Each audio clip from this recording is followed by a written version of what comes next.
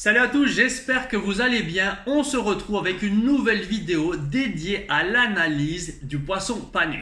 Alors c'est une façon très ludique de faire manger du poisson aux enfants mais aussi aux plus grands. Ses vertus nutritionnelles n'égalent cependant pas celles d'un bon filet de poisson nature.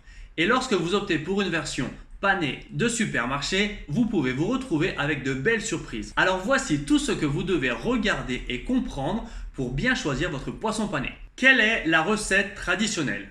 C'est très simple. Pour faire du poisson pané, il faut du poisson, des œufs et de la chapelure. Comme je vous l'explique dans mon livre Choisir les meilleurs produits au supermarché, vous devez vous attarder à la liste des ingrédients. Plus la liste sera longue, le plus votre aliment sera transformé. Dans ce cas, il faut veiller que la proportion de poissons soit supérieure à 65%. Et faites attention pour les poissons panés destinés aux enfants.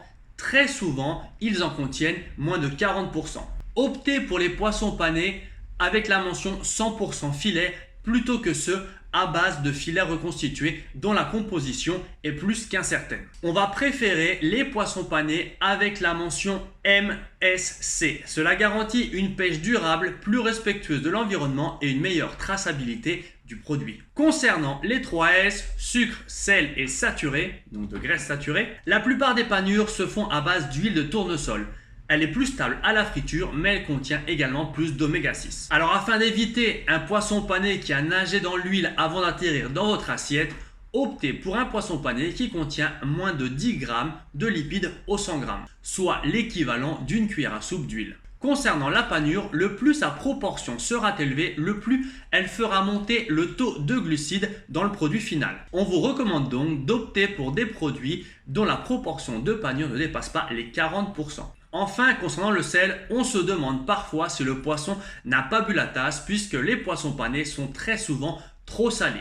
Optez pour ceux qui contiennent moins de 0,8 g de sel au 100 g. Le poisson pané peut être considéré comme une source principale de protéines, alors privilégiez les produits dont la teneur en protéines est évidemment supérieure à celle des lipides. Il n'y a en effet aucun sens à ce que vous achetiez un poisson pané qui contient plus de lipides que de protéines. Le plus sa teneur en protéines sera élevée, le plus vous vous assurez d'avoir un poisson pané de qualité, c'est-à-dire qui contient un maximum de poissons. Pour vous assurer de la qualité de votre poisson pané, partez à la pêche aux additifs et ouvrez l'œil afin de ne pas retrouver dans votre poisson des émulsifiants, des arômes ou bien encore des conservateurs. Enfin, pour un repas équilibré, évitez de rajouter de l'huile dans votre plaque de cuisson puisque la panure va contenir déjà suffisamment d'huile ajoutée. Complétez votre repas par une bonne portion de légumes et tenez en compte des glucides déjà présents dans la panure. Alors voici le portrait robot du poisson pané